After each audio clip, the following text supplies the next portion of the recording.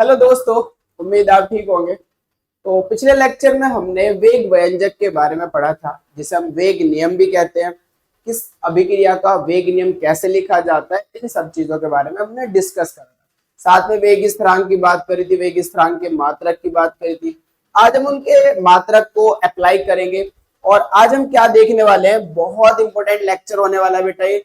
Very very most important, board के point of view से भी और कॉम्पिटिटिव लेवल पे भी इंपॉर्टेंट होगा, क्योंकि यहाँ से वेग स्थिरांक के मात्रक पूछ ले जाते हैं कि शून्य कोटि की अभिक्रिया का वेग स्थिरांक का मात्रक क्या होता है, प्रथम कोटि की अभिक्रिया के वेग स्थिरांक का मात्रक क्या होता है, और उन पर आधारित न्यूमेरिकल्स पूछ ले जाते हैं। तो उन सारी चीजों को हम डिस्कस करने वाले हैं।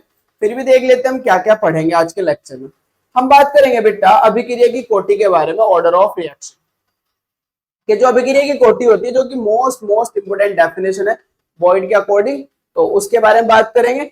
अभिक्रिया की कोटि के विषय में महत्वपूर्ण तथ्य, उन कुछ बिंदुओं की बात करेंगे ऑर्डर ऑफ रिएक्शन पर।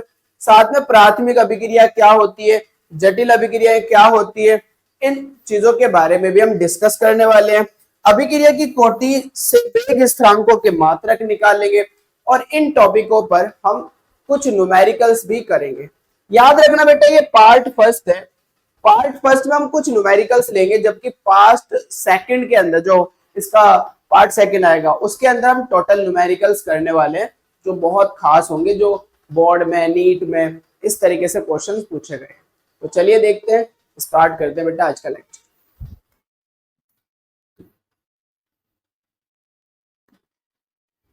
तो हम बात करने वाले बेटा अभिक्रिया की कोटि।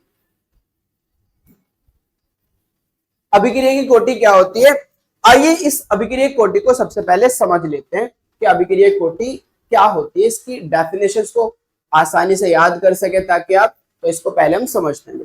तो चलिए देखते हैं बेटा अभिक्रिया की कोटि। अभिक्रिया की कोटि,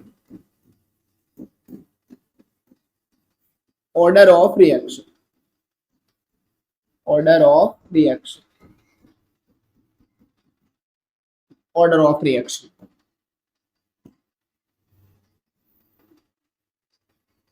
ऑर्डर ऑफ रिएक्शन क्या होती है अभिक्रिया की कोटि। तो हमने पिछली लेक्चर के अंदर जो पढ़ा था कि वेग व्यंजक, वेग समीकरण या फिर वेग नियम, किसी भी अभिक्रिया को देख के हम कैसे लिखते हैं, उन चीजों के बारे में हमने डिस्कस करा था। तो मैं मान लेता हूं, माना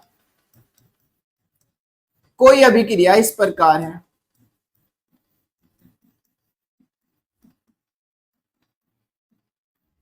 निम्न प्रकार, ऐसे लिख लेते हैं भाई, चेक करना बेटा अच्छे से। मैंने कहा जो हमारे पास अभिक्रिया है वो N1A प्लस N2B, या एक काम कर लेते हैं, इसको N कह देते हैं और इसको हम M कह देते हैं बेटा। Na प्लस MB आपस में मिलकर उत्पाद बना रहे हैं। क्या बना रहे हैं? उत्पाद। तो मैं जब इस अभिक्रिया का वेग लिखूंगा, वेग नियम लिखूंगा, मतलब जो वेग नियम होता है बेटा, वेग नियम, वो एक्चुअल में हम इस अभिक्रिया का वेग लिख रहे हैं। तो मैं जो वेग लिखूंगा वो वेग समानुपाती होगा अभिकारकों की सांद्रता के गुणनफल के, अभिकारकों की सांद्रता के गुणनफल के। अभिकारक बेटा मेरे पास यहाँ पर A है और B है, तो इनके सांद्रता गुणनफल के क्या होगा? समानुपाती होगा। कमाल की बात यहां पर यह है कि हमारे पास जो एक रस समीकरणमिति गुणांक है, जिसे स्टोइकोमेट्रिक फैक्टर बोलते हैं, बी का रस समीकरणमिति गुणांक कौन है बेटा? m, वो उनकी पावर में जाता था, लेकिन कब? जब हम इस पर द्रव्यानुपाती क्रिया का नियम लगाते थे, द्रव्यानुपाती क्रिया का नियम। ये मैंने बात बताई थी आपको पिछले लेक्चर में, अगर आपने वो लेक्चर नहीं देखा तो ऊपर लिंक दे दिया गया है बेटा, उस लेक्चर को जरूर जाकर देखें। अब द्रव्यानुपाती क्रिया का नियम तो एक सैद्धांतिक नियम है। कैसा बेटा? सैद्धांतिक नियम है, थियोरेटिकल बात है। लेकिन जब हम वेग नियम लिखते हैं तो ये एक प्रयोगात्मक होता है। मैंने बताया था आपको कि जब वेग नियम लिखा जाएगा तो वो क्या होगा? प्रयोगात्मक होगा। एक्सपेरिमेंट करके ही बताएंगे कि उसका वेग नियम क्या होगा। इसलिए बेटा यहां पर जो रस समीकरणमिति गुणांक है वो पावर में जा भी सकता है और नहीं भी जा सकता। मतलब पावर में n आ भी सकता है और नहीं भी आ सकता, इसलिए मैं एक नई टर्म्स यूज करता हूं, x और y।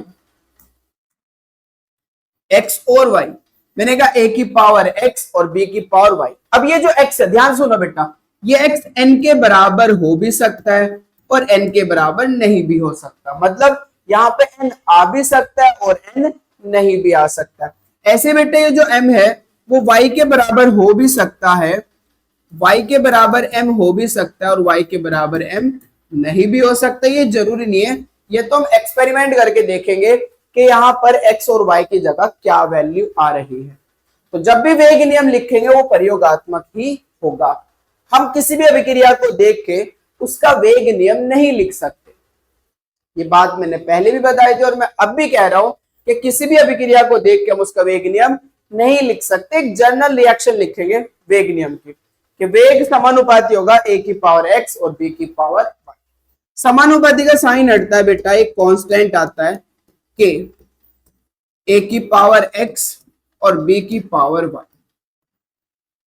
यह है हमारे पास एक जनरल इक्वेशन वेग नियम की। अब यहां पर k क्या है, जहां k क्या है, जहां k है हमारा बेटा वेग स्थिरांक, वेग स्थिरांक, इसको हम विशिष्ट वेग स्थिरांक भी कहते हैं, विशिष्ट वेग स्थिरांक। इसके बारे में हमने पिछले लेक्चर में अच्छे से डिस्कस कर लिया था। अच्छा, x प्लस वाई का सम कहलाता है अभिक्रिया की कोटि। आज हम कोटि ही पढ़ने वाले हैं और कोटि को समझने के लिए ये बात समझनी बहुत जरूरी है। x प्लस वाई का सम क्या कहलाता है, अभिक्रिया की कोटि, और अभिक्रिया की कोटि को हम n से डिनोट कर लेते हैं, स्मॉल n से, स्मॉल n से। अच्छा, अब ध्यान समझना बेटा, अभिक्रिया की कोटि की डेफिनेशन, अभिक्रिया कोटि किसके बराबर है, x plus y. X plus y कहां है, ये है हमारे पास, ध्यान से सुनना बेटा, ये है हमारे पास सांद्रता टर्म्स, सांद्रता पद, अभिकारक a की सांद्रता, अभिकारक b की सांद्रता की पावर ही तो कोटि है। तो डेफिनेशन देखो बेटा, डेफिनेशन देखो, किसी अभिक्रिया के वेग समीकरण में उपस्थित, इसको मैं वेग समीकरण बोल सकता हूं, बोलो भाई क्या बोल सकते हम इसको, वेग समीकरण। तो किसी अभिक्रिया के वेग समीकरण में उपस्थित सांद्रता पदों की घातों का कुल योग, सांद्रता पदों की घातों का कुल योग x प्लस वाई, कुल योग, वही क्या कहलाता है, अभिक्रिया की कोटि कहलाता है। आ रही है बात समझ में, अभिक्रिया की कोटि कहलाता है। क्या है अभिक्रिया की कोटि, किसी भी अभिक्रिया की वेग समीकरण में उपस्थित कोई भी अभिक्रिया हो, उसकी वेग समीकरण में उपस्थित, उसकी वेग समीकरण में उपस्थित सांद्रता पद, सांद्रता पद क्या है, a की सांद्रता और b की सांद्रता, यही तो है सांद्रता पद। तो सांद्रता पद की घातों का कुल योग, सांद्रता पद की घातों का कुल योग, ये जो पावर है, ये जो घात है, इनको जोड़ दो बेटा और इनका योग करने पर ही हमें क्या मिलती है, अभिक्रिया की कोटि मिलती है, उसी को हम अभिक्रिया की कोटि कहते हैं। बात समझ में आ गई, डेफिनेशन अच्छे से क्लियर हो गई होगी कि भाई किसी अभिक्रिया की वेग समीकरण में उपस्थित, मैं बार बार इसलिए कह रहा हूं क्योंकि मोस्ट इंपोर्टेंट है डेफिनेशन कि अभिक्रिया की कोटि किसे कहते हैं, आती है एग्जाम में, इसलिए मैं आपको याद कराने की कोशिश कर रहा हूं कि किसी अभिक्रिया की वेग समीकरण में उपस्थित सांद्रता पदों की घातों के कुल योग को हम क्या बोलते हैं, अभिक्रिया की कोटि कहते हैं। बात समझ में आ गई होगी, बहुत अच्छी। अच्छा, ये हमारे पास होगी अभिक्रिया की कोटि।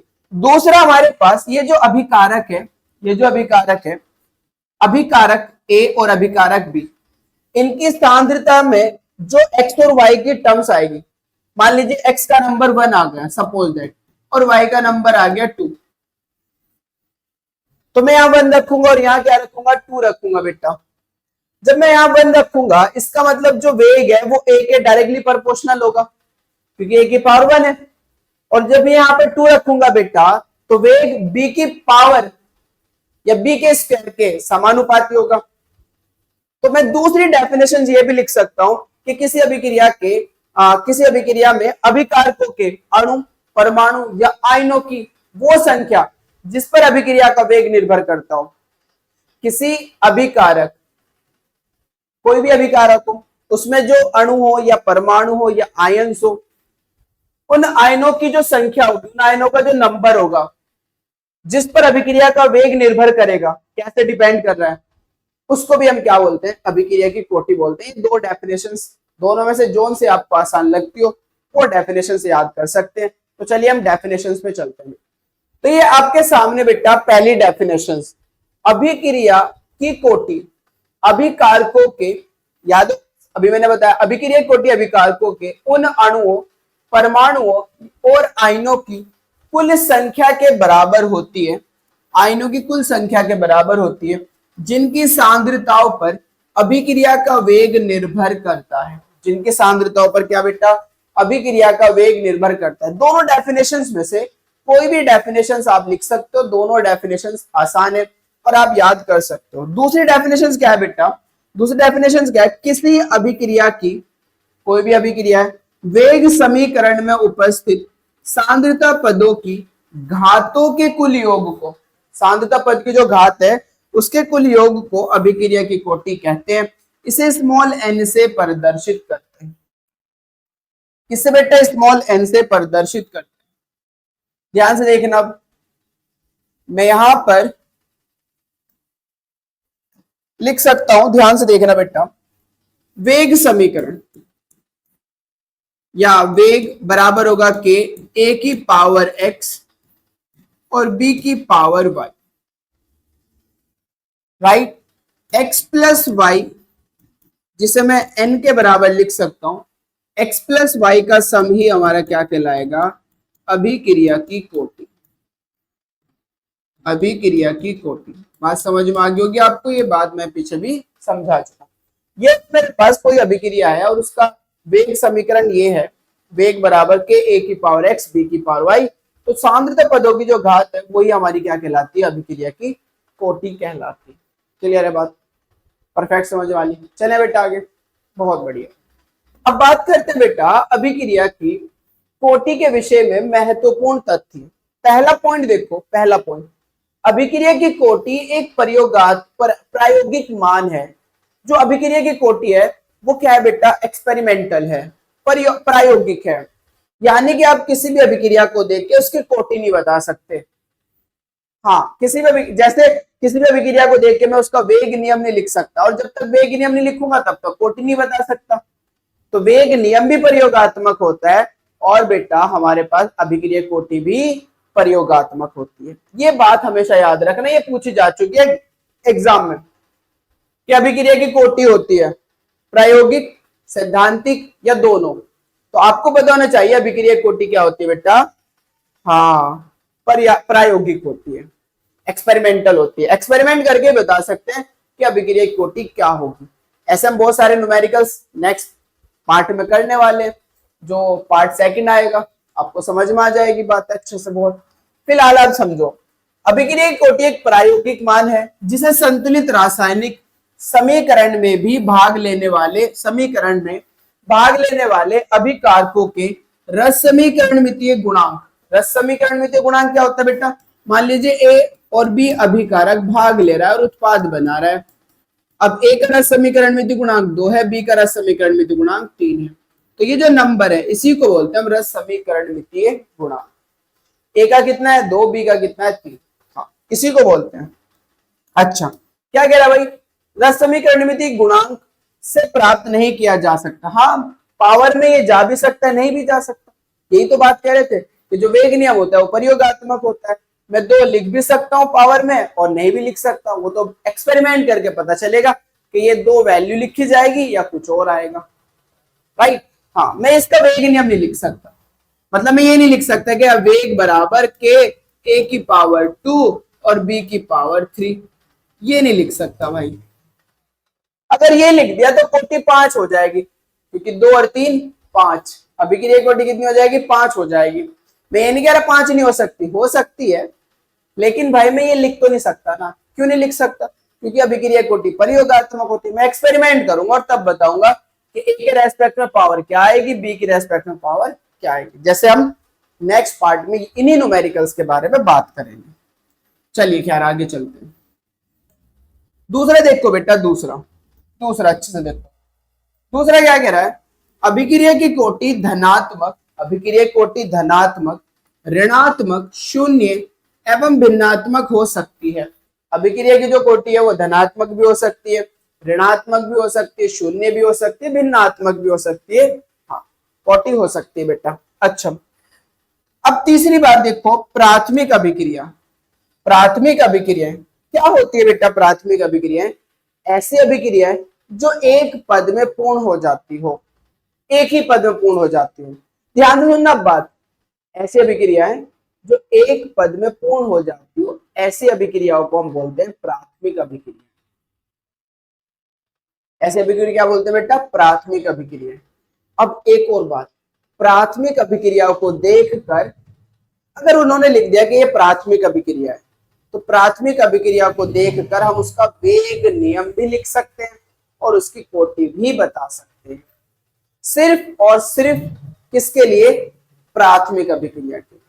अगर वो कहेगा कि ये अभिक्रिया प्राथमिक है, तब मैं उसका वेग नियम भी लिख दूंगा उसे देखकर, और तब मैं उसकी कोटि भी बता दूंगा। अगर वो ये नहीं कहता कि ये अभिक्रिया प्राथमिक है, प्राथमिक वर्ड यूज नहीं करता, तब मैं ना उसका वेग नियम लिख सकता, ना मैं उसकी कोटि बता सकता।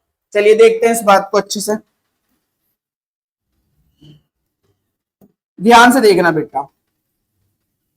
एक पद में होने वाली, सिंगल स्टेप में एक पद में होने वाली अभिक्रियाएं प्राथमिक अभिक्रियाएं कहलाती हैं। इनकी कोटि, इनकी जो कोटि है, प्रयुक्त अभिकारकों के सांद्रण की घातों का योग करके प्राप्त की जा सकती है। मतलब इनकी कोटि प्राप्त की जा सकती है भाई साहब, यही तो बात है। अगर ये कह दिया कि ये अभिक्रिया कैसी है, हाँ प्राथमिक अभिक्रिया है, तो मैं उसका वेग नियम भी लिख सकता हूँ और कोटि भी बता सकता हूं। जैसे एग्जाम्पल फर्स्ट, एग्जाम्पल फर्स्ट, हमारे पास H2 प्लस I2 2HI बना रहा है, और ये अभिक्रिया हमारी कैसी है? प्राथमिक अभिक्रिया। प्राथमिक अभिक्रिया। अब अगर ये प्राथमिक अभिक्रिया है तो ये एक ही पद में हो रही होगी, और अगर एक पद में कोई अभिक्रिया हो रही है तो उस अभिक्रिया का वेग नियम भी लिख सकते हैं और कोटि भी बता सकते हैं। कैसे वेग नियम लिखेंगे भाई? वेग बराबर होगा, वेग बराबर होगा, ध्यान से देखो बेटा, वेग बराबर होगा, हाँ, के अभिकारक H2 है और अभिकारक I2 है। अब इनकी पावर, जो मॉलिक्यूल इनकी गुना में होंगे वही मॉलिक्यूल इनकी पावर में जाएंगे। अब H2 की गुना में तो एक मॉलिक्यूल होगा, I2 की गुना में भी एक मॉलिक्यूल होगा, तो वही मॉलिक्यूल इसकी कहां चला जाएगा? पावर में। अब ये तो हो गया इसका वेग नियम। अगर मैं अभिक्रिया की कोटि बात करूं, अभिक्रिया की कोटि, तो सांद्रता पदों की घात को जोड़ दो। इस H2 की भी पावर 1 है प्लस I2 की पावर 1 है, तो कितना आ जाएगा? 2। तो अभिक्रिया की कोटि क्या हो जाएगी? 2। यानी कि मैंने क्या करा, अगर मेरे पास ये अभिक्रिया प्राथमिक अभिक्रिया है, तो प्राथमिक अभिक्रिया को देखकर मैं उसका वेग नियम भी लिख दिया। वेग नियम कैसे लिख दिया बेटा? H2 की पावर 1 I2 की पावर 1। अगर ये प्राथमिक अभिक्रिया है, वेग नियम पता चल गया, तो मुझे क्या पता चल गया? कोटि पता चल गई। मैंने कोटि बता दी, 1 प्लस 1 कितना आ गया? 2, क्योंकि कोटि क्या है? सांद्रता पदों की घात का योग, वो कोटि है। तो ये बात समझ में आ गई होगी। इसका मतलब आपको ये बात समझ में आ गई होगी कि जो द्रव्यानुपाती क्रिया का नियम है वो कौन सी अभिक्रिया पे लागू होता है? प्राथमिक अभिक्रिया पे लागू होता है। क्लियर है बात? अच्छा, अगर मैं एग्जांपल सेकंड लूं, मैं कहूं माना या निम्न अभिक्रिया प्राथमिक अभिक्रिया है। अगर आपसे कोई ये कहता है निम्न अभिक्रिया प्राथमिक अभिक्रिया है,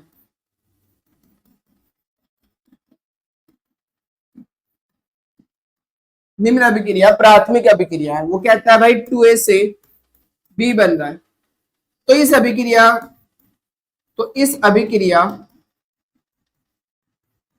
अभिक्रिया का वेग नियम लिखो, वेग नियम तथा कोटि बताओ। अगर आपसे ये कहता है, तो भाई चूंकि अभिक्रिया कैसी है? प्राथमिक। अगर ये प्राथमिक वर्ड यूज ना करता, तब मैं ना इसका वेग नियम लिख पाता और ना ही मैं इसकी कोटि बता पाता। लेकिन चूंकि उसने कहा कि जो अभिक्रिया वो कैसी है? प्राथमिक है, तो अब मैं इसका वेग नियम भी लिख सकता हूँ और कोटि भी बता सकता हूँ। वेग नियम की अगर बात की जाए तो वेग बराबर होगा बेटा, ध्यान से देखो, वेग बराबर होगा के ए की पावर 2। भाई जो मॉलिक्यूल गुना में होंगे वो पावर में जाएंगे नहीं जाएंगे, तो के ए की पावर 2। जल्दी बताओ, के ए की पावर 2। अच्छा अगर मैं कोटि बताऊं तो अभिक्रिया की कोटि बताना भाई, क्या आएगी? अभिक्रिया की कोटि सांद्रता पदों की जो घात है, जो पावर है, वही उसकी कोटि होती है। कितनी पावर है? 2, तो 2 ही इसकी क्या हो जाएगी? कोटि हो जाएगी। तो आप किसी भी प्राथमिक अभिक्रिया को देखकर उसकी कोटि भी बता सकते हो, उसका वेग भी बता सकते हो बेटा, लेकिन शर्त यह है कि वो अभिक्रिया क्या होनी चाहिए? प्राथमिक। अगर ये वर्ड यूज नहीं कर रहा तो ना मैं उसकी कोटि बता सकता हूं, ना मैं उसका वेग बता सकता हूं। क्लियर है बात? चले आगे। चौथा पॉइंट हम बात कर रहे हैं जटिल अभिक्रियाएं, कॉम्प्लेक्स रिएक्शन। जटिल अभिक्रिया क्या होती है? ऐसी अभिक्रियाएं जो एक से ज्यादा पदों में पूर्ण होती हो, एक से ज्यादा पदों में पूर्ण होती है, ऐसी अभिक्रियाओं को हम क्या बोलते हैं?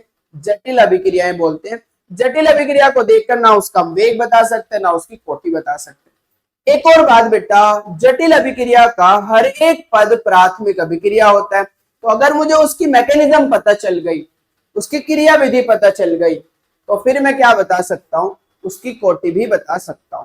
अच्छा एक और बात ये भी ध्यान रखना है कि वो जो हमारे पास जटिल अभिक्रिया है उसका जौन सा पद मंद होगा, जौन सा भी स्लो होगा, तो स्लो जो पद होगा वही उसका क्या होने वाला है? Rate determining step. उसी पद से हम अभिक्रिया का वेग निकाल सकते हैं, उसी पद से हम उसका क्या निकाल सकते हैं? वेग। मतलब उसी पद से हम वेग नियम लिख सकते हैं। चेक करते हैं, वे अभिक्रियाएं जो 2 या अधिक पदों में पूर्ण होती है जटिल अभिक्रियाएं कहलाती हैं। जटिल अभिक्रिया का प्रत्येक पद प्राथमिक अभिक्रिया होता है। ऐसी अभिक्रियाओं में न्यूनतम वेग वाला पद वेग निर्धारक पद होता है। जो न्यूनतम वेग वाला पद होगा, हाँ वही क्या होगा? हमारा वेग निर्धारक पद होगा। आप ऑर्गेनिक में पढ़ोगे, जब मैं ऑर्गेनिक पढ़ाऊंगा, SN1 और SN2 आपने पढ़ भी लिया होगा। तो अगर मैं एग्जांपल लूं तो हमारा जो SN1 अभिक्रिया होती है बेटा, वो 2 स्टेप में होती है, मतलब वो जटिल अभिक्रिया है, 2 पदों में होती है SN1 अभिक्रिया। उसमें क्या होगा कि हमारे पास टर्शरी ब्यूटिल ब्रोमाइड होगा,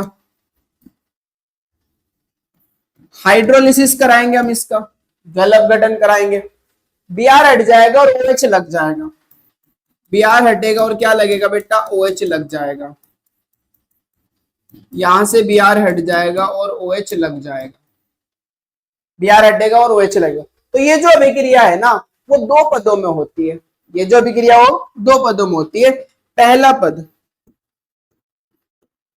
पद बेटा ध्यान से देखना अच्छे से।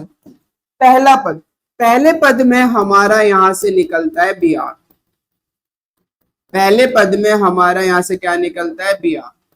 और जब Br निकलेगा बेटा तो Br धीरे धीरे निकलता है, स्लो स्टेप है, मंद पद है, मंद, स्लो, स्लो होगी वह, बहुत स्लो रिएक्शन, धीरे धीरे Br निकलेगा।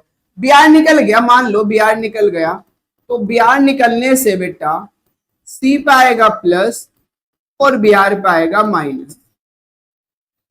C पे प्लस और Br पे माइनस। अब ये स्लो हुआ बेटा, धीरे धीरे Br निकला। दूसरा पद में क्या होगा?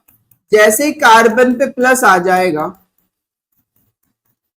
उसी दौरान तुरंत एकदम से फास्ट, बिल्कुल फास्ट, तीव्र, फास्ट अटैक करेगा OH माइनस C प्लस पे और उत्पाद बना लेगा।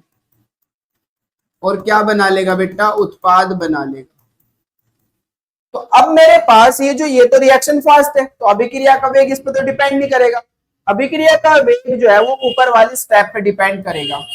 तो मैं इस अभिक्रिया के लिए लिख सकता हूं कि जो हमारा वेग होगा, वेग वो समानुपाती होगा जो भी अभिकारक है उसकी सांद्रता के। अब अभिकारक तो यहाँ एल्किल हैलाइड है, इसे मैं RX बोलता हूं पूरे को बेटा, RX। तो एल्किल हैलाइड की सांद्रता के समानुपाती होगा। अब जो मॉलिक्यूल गुना में होते हैं, जो रस समीकरण में गुणांक होता है, वो उसी के कहा चले जाता है, पावर में।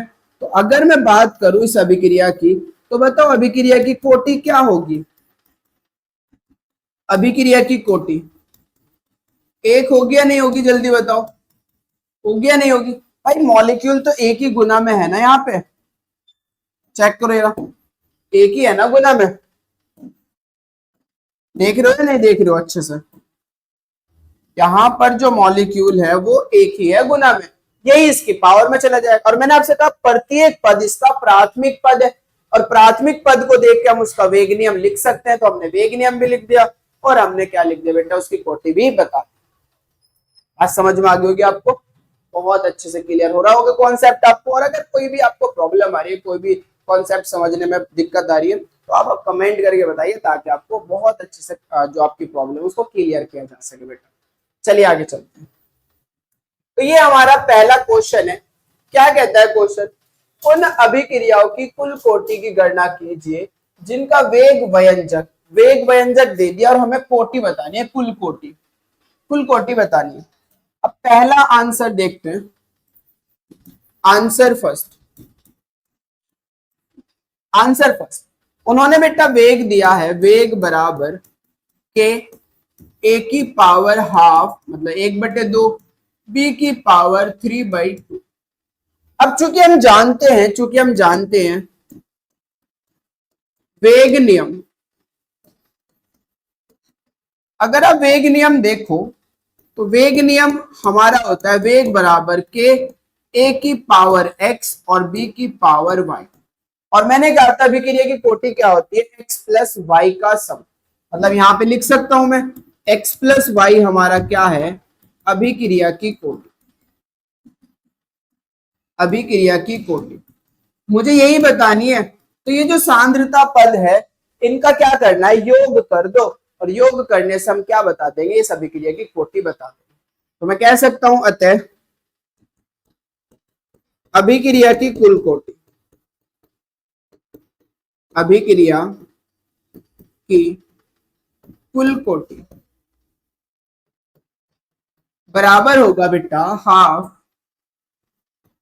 प्लस 3/2। हाफ को आधा कहते हैं, 3/2 को डेढ़ कहते हैं, डेढ़ में आधा और जोड़ दो तो कितना आ जाएगा, 2 आ जाएगा, 2 आंसर आ जाएगा। या फिर ऐसा नहीं करते तो आप ऐसा भी कर सकते हो कि भाई दोनों का एलसीएम 2 आ गया, इसके पास भी 2, इसके पास भी 2, ऊपर 1 बचा और 3 बचा, 1 प्लस 3, 4/2 मतलब 2। आप ऐसे भी कर सकते, बहुत आसान कैलकुलेशन है, इसे भी मैं बताऊंगा क्या 12th में हो बेटा। अच्छा ये बात समझ में आ गई। दूसरा,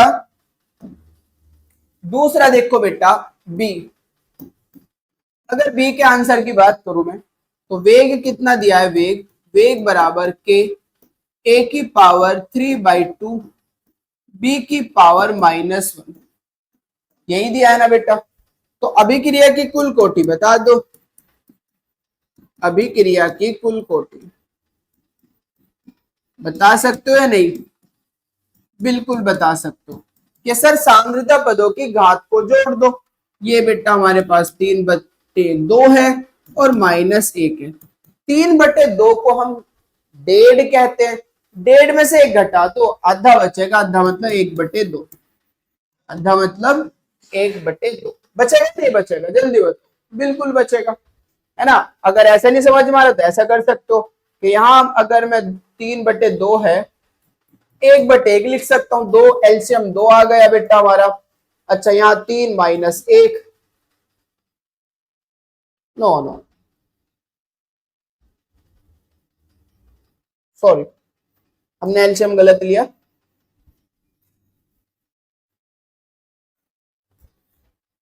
3/2 -1, 2 की गुना हमारे पास 1 में करो बेटा, 3 -2/2, 2 की गुना -1 में जाएगी ना, 2 की गुना किस में जाएगी, -1 में, तो 3 -2/2। अब कितना बचेगा बेटा, 3 में से 1 गया, 1 और /2, अपोल में तो 2 रहेगा। तो इस तरीके से आप कैलकुलेशन कर सकते हो कि डेढ़ में से 1 गया तो कितना आ जाएगा, हाफ। क्लियर है? चले आगे बेटा, बहुत बहुत मुश्किल सवाल नहीं है भाई, उससे कर सकते हो। जैसे ये वाला क्वेश्चन क्या कर रहा है, एक अभिक्रिया ए प्लस बी उत्पाद के लिए वेग नियम ये दे दिया हमारे पास, तो से दिया गया है अभिक्रिया की कोटि क्या है भाई, अभिक्रिया की कोटि बतानी है, तो वेग नियम लिख लेते हैं हम। वेग नियम क्या है, वेग नियम के ए की पावर हाफ और बी की पावर 2। बस भाई बता दो अभिक्रिया की कोटि, बताओ जल्दी से कमेंट करके आंसर। अभिक्रिया की कोटि बहुत मुश्किल सवाल है, बहुत ज्यादा। अभिक्रिया की कोटि कितनी आ जाएगी, हाफ प्लस 2, कितना भाई 5/2, 2 दूनी 4 और 1 5, 5/2। क्लियर है बात, कर लोगे। चले आगे चलते हैं। ये जितने भी मैंने क्वेश्चन कराए बेटा आपको अभी, ये एनसीईआरटी के क्वेश्चन है, ये भी एनसीईआरटी का क्वेश्चन है। क्या कहता है क्वेश्चन, अणु एक्स है, ध्यान से देखना बेटा, अणु एक्स का वाई में रूपांतरण, एक्स वाई में कन्वर्ट हो रहा है, एक्स वाई में ट्रांसफर हो रहा है, और जब ट्रांसफर हो रहा है तो कौन सी कोटि के, द्वितीय कोटि की बलगति के अनुरूप होता है, सेकंड ऑर्डर के बेसिस पर हो रहा है। यानी कि जैसे प्रथम कोटि द्वितीय कोटि पढ़ रहे हैं ना, कोटि निकाल रहे हैं, तो यहां पर जब एक्स वाई में ट्रांसफर हो रहा है तो कौन सी कोटि से हो रहा है बेटा, द्वितीय कोटि से। अच्छा, वो कह रहा है यदि एक्स की सांद्रता 3 गुना कर दी जाए, भाई अगर मैं एक्स की सांद्रता को 3 गुना कर दूं तो फिर वाई के निर्माण होने में वेग पर क्या प्रभाव पड़ेगा। यानी कि अगर मैं एक्स के सांद्रता को 3 गुना करूं तो फिर वेग पर क्या प्रभाव पड़ेगा भाई, फिर जो एक्स है वो वाई में कितनी तेजी से कन्वर्ट होगा। तो चलिए पहले हम वेग नियम लिख लेते हैं इसका, क्योंकि एक्स का वाई में स्थानांतरण या रूपांतरण ही लिख लेते हैं, वाई में रूपांतरण द्वितीय कोटि की अभिक्रिया है, द्वितीय कोटि की अभिक्रिया है। तो मैं कह सकता हूं भाई तब वेग जो होगा हमारा, वेग वो बराबर होगा के ए की पावर, सॉरी एक्स है ना, या तो के एक्स की पावर 2, क्योंकि भाई हमारे पास एक्स जो है वो वाई में कन्वर्ट हो रहा है, और कौन से ऑर्डर से हो रहा है, द्वितीय से, तो सेकंड ऑर्डर है ना, द्वितीय कोटि की अभिक्रिया है ना भाई, तो एक्स जब वाई में कन्वर्ट हो रहा है तो एक्स कैसे कन्वर्ट हो रहा है, द्वितीय कोटि। एक्सपेरिमेंट उन्होंने कर रखा है, बताया हमें कि एक्स वाई में कन्वर्ट हो रहा है, लेकिन कौन से ऑर्डर से हो रहा है, द्वितीय कोटि से, इसलिए एक्स की पावर कितनी जाएगी, 2। समीकरण 1 क्या दो। अब उसने कहा भाई यदि एक्स की सांद्रता 3 गुना की जाए, भाई 3 गुना करनी है हमें, 3 गुना की जाए, तो अब मैं क्या करूंगा, तो वेग बताना है, वेग, तो वेग बताना है। मान लीजिए बेटा अब मैं इसको क्या मान रहा हूं, R1 कह रहा हूं बेटा, या R कह रहा हूं, ये हमारे पास R है, समीकरण है। अब मेरे पास नया वेग मिला R1, R1 बराबर होगा के, सांद्रता कितनी कर दी हमने, 3 गुना, तो 3x रखूंगा, 3 गुना कर देना बेटा सांद्रता, पहले x थी फिर 3 गुना कर दी तो 3x हो गई। पावर कितनी है बेटा 2। अब आप जानते हो पावर जो है वो x में भी जाएगा और 3 में भी जाएगा, तो मैं R1 बराबर लिख सकता हूं कि जब मैं 3 को बाहर निकालूंगा तो 3 की पावर 2 बाहर आएगी, क्योंकि 3 की पावर में भी तो है 2, तो 3 को मैंने बाहर निकाल लिया, तो जब मैं ब्रैकेट से बाहर निकाल रहा हूं तो 3 की पावर में कितना आएगा 2, और गुना बेटा हमारा यहाँ क्या बचेगा, x की पावर 2। अब आप जानते हो 3 का स्क्वायर, भाई 3 का स्क्वायर मतलब 3 को 2 बार लिख दो, और 3 की गुना 3 में करोगे तो कितना आएगा 9। तो भाई ध्यान से देखो R1 बराबर 9 के एक्स स्क्वायर, समीकरण 1 से देखो के एक्स स्क्वायर R के बराबर है या नहीं है, समीकरण 1 से, समीकरण 1 से, और जब आप समीकरण 1 से देखते हो, इसको मैं रफ कर रहा हूं, जब आप समीकरण 1 से देखते हो तो R1 बराबर आ रहा है 9R। तो जब मैं सांद्रता को बेटा 3 गुना बढ़ा दूंगा तो फिर वेग कितने गुना बढ़ जाएगा? 9 गुना बढ़ जाएगा। चेक कर सकते हो, R का 9 आ रहा है, एक्स वाई में रूपांतरण द्वितीय कोटि से हो रहा था, आर इतना मिल रहा था, लेकिन सांद्रता जब 3 गुना कर दी तो अब आर कितना मिल रहा है? 9R, 9 गुना बढ़ गया। तो मैं कह सकता हूं अतः अभिक्रिया का वेग, अतः अभिक्रिया का वेग 9 गुना बढ़ जाएगा। क्लियर है बात बेटा? कितने गुना बढ़ जाएगा? 9 गुना बढ़ जाएगा। ये क्वेश्चन भी आपको समझ में आ गया। आगे चलते, मैं इससे नेक्स्ट लेक्चर में ऐसे बहुत सारे क्वेश्चंस कराऊंगा ताकि आपकी प्रैक्टिस बहुत अच्छे से हो सके। फिलहाल अभी हम बात करें विभिन्न कोटि की अभिक्रियाओं के वेग स्थिरांक के मात्रक। हमने जो निकाला था बेटा वेग स्थिरांक के मात्रक, वेग स्थिरांक के मात्रक, वो हमने निकाला था। वेग स्थिरांक को के से डिनोट करते हैं, तो वो आया था के बराबर मोल लीटर इनवर्स की पावर 1 माइनस एन समय इनवर्स, समय इनवर्स ये आया था बेटा हमारे पास, जहां जहां एन हमारे पास है अभिक्रिया की कोटि, अभिक्रिया की कोटि। ओके, ये हमारे पास वेग स्थिरांक का एक जर्नल फॉर्मूला आया था वेग स्थिरांक के मात्रक का, कि मात्रक के बराबर होगा मोल लीटर इनवर्स की पावर -1 पावर सॉरी मोल लीटर इनवर्स की पावर 1 माइनस एन समय इनवर्स, समय इनवर्स। एन क्या है? अभिक्रिया कोटि। अब मैं समय को ले रहा हूं सेकंड में, समय को किस में ले रहा हूं? सेकंड में, राइट, समय को सेकंड में। तो मैं बात कर रहा हूं शून्य कोटि के लिए। किसके लिए बेटा? शून्य कोटि के लिए, शून्य कोटि के लिए, शून्य कोटि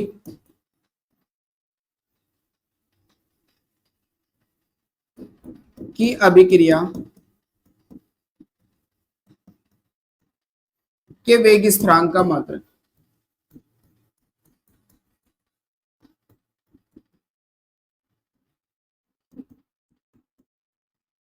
याद रखना बेटा, ये जो शून्य कोटि की अभिक्रिया के वेग स्थिरांक का मात्रक है, एग्जाम में भर भर के आया हुआ है, एग्जाम में भर भर के। तो याद रखना ये बेटा RMPM है। क्या है? RMPM। R मतलब रखा, M मतलब मिलेगा, P मतलब पेपर में, फिर अगेन M मतलब पेपर में। RMPM है। It is very very most important. 2026 कई बार एग्जाम में आ चुका है, कंपटीशन में आ चुका है, जेईई मेंस में आ चुका है, नीट में आ चुका है बेटा। बहुत इंपॉर्टेंट है कि शून्य कोटि की अभिक्रिया के वेग स्थिरांक का मात्रक क्या होगा बेटा?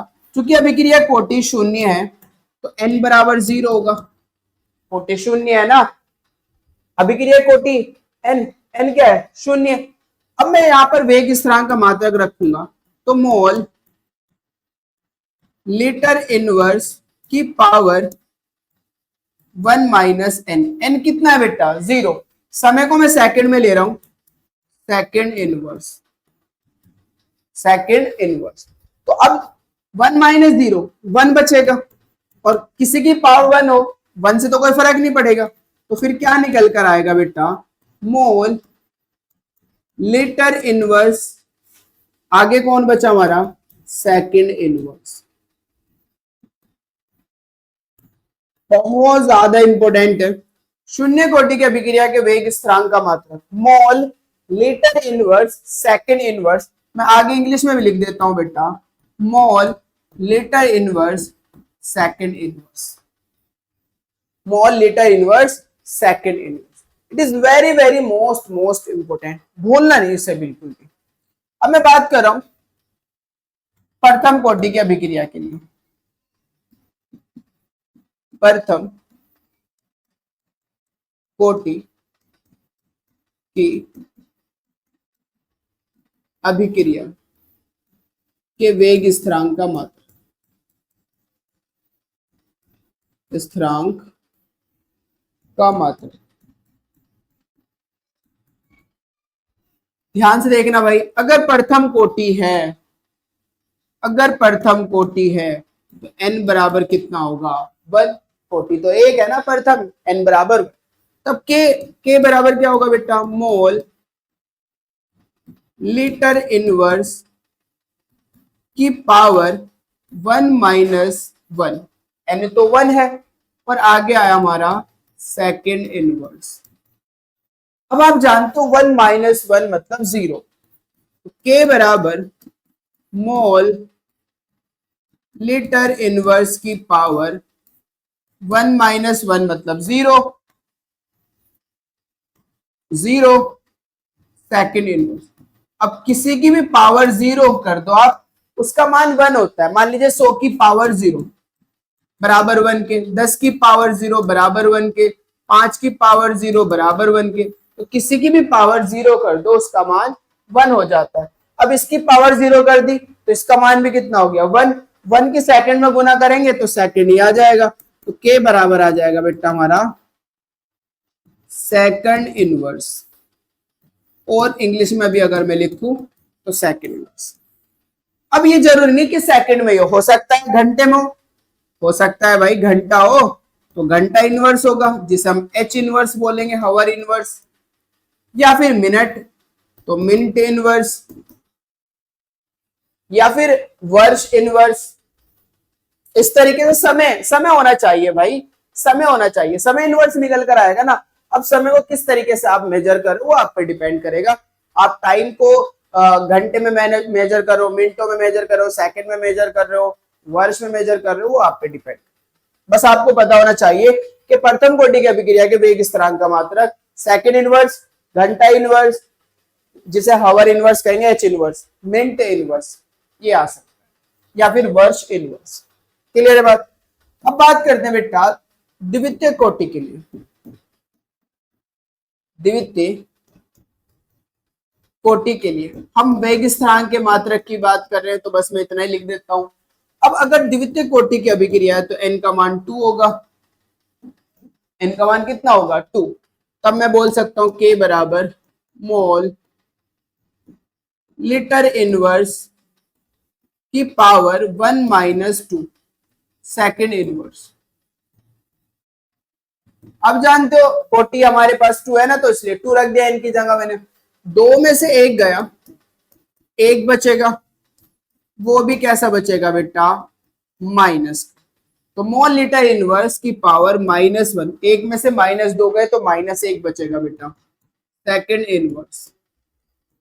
अच्छा -1 गुना में जाएगा मोल की तो मोल इनवर्स हो जाएगा, -1 की गुना में जाएगा तो -1 की जब आप -1 में गुना करोगे तो 1 आ जाएगा, क्योंकि माइनस माइनस क्या हो जाता है प्लस, गुना में माइनस माइनस क्या हो जाएगा प्लस, और 1 की गुना 1 में करोगे तो 1 आ जाएगा। तो इसलिए मेरे पास अब यहाँ पर k क्या आएगा मोल इनवर्स, क्योंकि -1 की गुना मोल में करी तो मोल इनवर्स। अच्छा लीटर लीटर -1 की -1 में गुना करोगे तो 1 आ जाएगा, तो बस यहाँ पर लीटर और आगे क्या बचेगा हमारा सेकंड इनवर्स। क्या बचेगा बेटा सेकंड इनवर्स। मैं इसको अगर सही करके लिखूं तो k बराबर मैं लिख सकता हूं litre mole inverse second inverse, second inverse, और करके मैं ऐसे भी लिख सकता हूं लीटर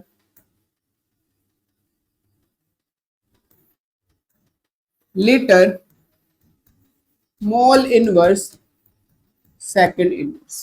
क्लियर है बात बेटा। ये हमारे पास ऐसा मात्रक है जो शून्य कोटि का, शून्य कोटि का मात्रक के जस्ट अपोजिट ही है। शून्य कोटि की अभिक्रिया के वेग स्थिरांक का मात्रक क्या था बेटा k बराबर था हमारे पास mole litre inverse second inverse, second inverse यही था ना। तो सेकंड इनवर्स तो सभी के साथ है, बस यहां पर देखो, यहां लीटर मोल इनवर्स है, वहां मोल लीटर इनवर्स। शून्य में मोल लीटर इनवर्स, द्वितीय में लीटर मोल इनवर्स, थोड़ा अपोजिट हो जाएगा। प्रथम में तो सेकंड इनवर्स आएगा। तो आप इस तरीके से आप देख सकते हो इनके मात्रक। तो मात्रकों से कुछ न्यूमेरिकल्स ऐसे होंगे कि वेग स्थिरांक के मात्रकों से हमें कोटि पहचाननी होगी। और इसके बेसिस पे भी नीट में क्वेश्चंस आ चुका है। तो हमारे पास वो क्या करेगा, वेग स्थिरांक की वैल्यू देगा, उसका मात्रक देगा, और उसके मात्रक से हमें क्या पहचाननी होगी, कोटि पहचाननी होगी। वो कोटि पूछता है। जैसे चेक करते हैं न्यूमेरिकल, चलते हैं बेटा। जैसे आप क्वेश्चन नंबर फर्स्ट देखो बेटा, क्या कह रहा है वो, किसी अभिक्रिया का वेग स्थिरांक 3 गुना 10 की पावर 2 एच इनवर्स, एच मतलब हावर, घंटा जिसे हम बोलते हैं हिंदी में, एच इनवर्स है, अभिक्रिया की कोटि बताइए। उसने कहा भाई के बराबर 3 गुना 10 की पावर 2 एच इनवर्स, और हमसे पूछ रहा है अभिक्रिया की कोटि। तो मैं क्या कहूंगा, मैं यहां लिखूंगा भाई वेग स्थिरांक के मात्रक से, बताओ समय इनवर्स ही तो है ये भाई, एच इनवर्स, हावर इनवर्स है ना, घंटा इनवर्स, समय इनवर्स ही तो है। और समय इनवर्स कौन सी कोटि का मात्रक होता है, अभी हमने पढ़ा प्रथम कोटि का। किससे पता चला, वेग स्थिरांक के मात्रक से। तो मैं लिखूंगा वेग स्थिरांक के मात्रक से पता चलता है, पता चलता है कि अभिक्रिया की कोटि, की अभिक्रिया प्रथम कोटि की है, प्रथम कोटि की है। ये लाइन लिख देना बेटा, ये अभिक्रिया क्या है, प्रथम कोटि की। अब नेक्स्ट क्वेश्चन आप देख सकते हो, निम्नलिखित वेग स्थिरांकों से अभिक्रिया की कोटि की पहचान कीजिए।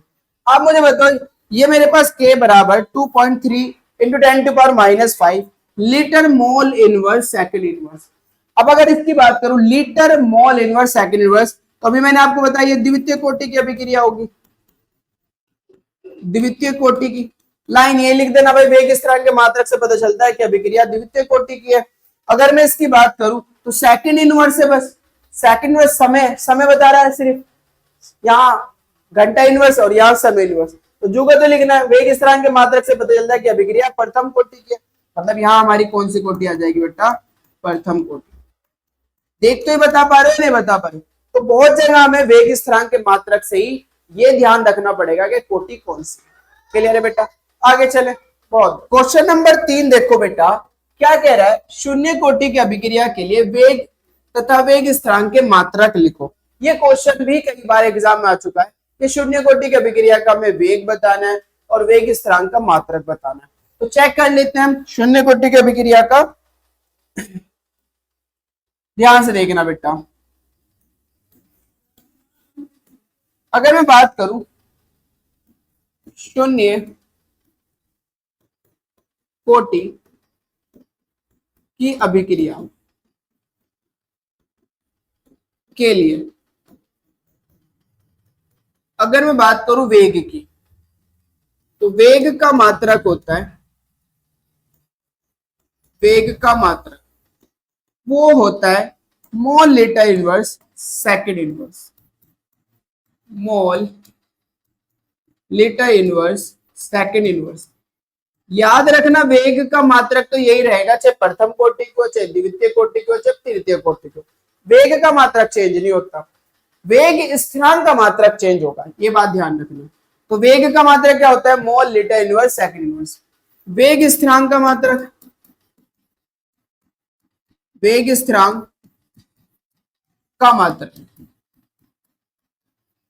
वो बराबर होगा बेटे, वो चेंज हो जाएगा। वो किसके बराबर आएगा बेटा, वो भी यही आएगा, मोल लीटर इनवर्स सेकंड इनवर्स। भाई शून्य कोटि की अभिक्रिया के वेग स्थिरांक का मात्रक तो यही होता है ना। अगर यहाँ प्रथम कोटि का होता वेग स्थिरांक का मात्रक तो सेकंड इनवर्स आता, द्वितीय कोटि के वेग स्थिरांक का मात्रक होता तो लीटर पहले आ जाता, तो sorry litre mole inverse second inverse होता। इस तरीके से आप बता सकते हो। समझ में आ रहा है क्वेश्चन। उसने पूछा है शून्य कोटि की अभिक्रिया के लिए वेग और वेग स्थिरांक के मात्रक बताओ। वेग का मात्रक मोल लीटर इनवर्स सेकंड इनवर्स होता है, वेग स्थिरांक का मात्रक क्या होगा, मोल लीटर इनवर्स सेकंड इनवर्स। वेग स्थिरांक का मात्रक भी यही होता है।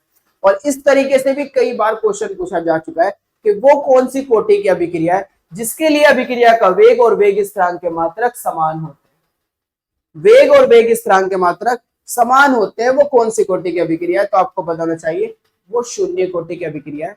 शून्य कोटि की अभिक्रिया के वेग का जो मात्रक होता है वही वेग स्थिरांक का मात्रक होता है। तो आई होप कि आपको बेटा ये लेक्चर बहुत अच्छे से समझ में आया होगा। पढ़ते रहिए बेटा। All the best.